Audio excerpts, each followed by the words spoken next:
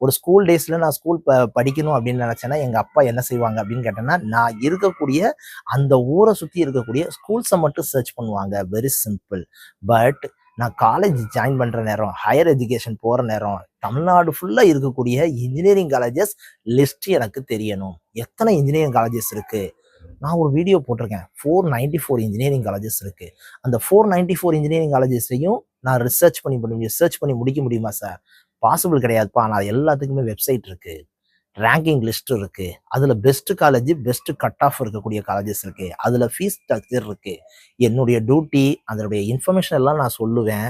நீங்க அந்த லிஸ்ட்டை எடுத்து அந்த கட் ஆஃப் அனலைசிஸ் மூலமா நீங்க காலேஜஸை நெட்ல போய் சர்ச் பண்ணி பார்த்து பெஸ்ட் காலேஜா நீங்க தான் சூஸ் பண்ணணுமே ஒழிய அதுக்கு வேற யாருமே வந்து கைட் பண்ண முடியாது. தமிழ்நாடு இன்ஜினியரிங் அட்மிஷன் மூலமா தமிழ்நாட்டில் எத்தனை இன்ஜினியரிங் காலேஜஸ்ல அட்மிஷன் போடுறாங்க லிஸ்ட் அவுட்டை தெரிஞ்சுக்கோங்க.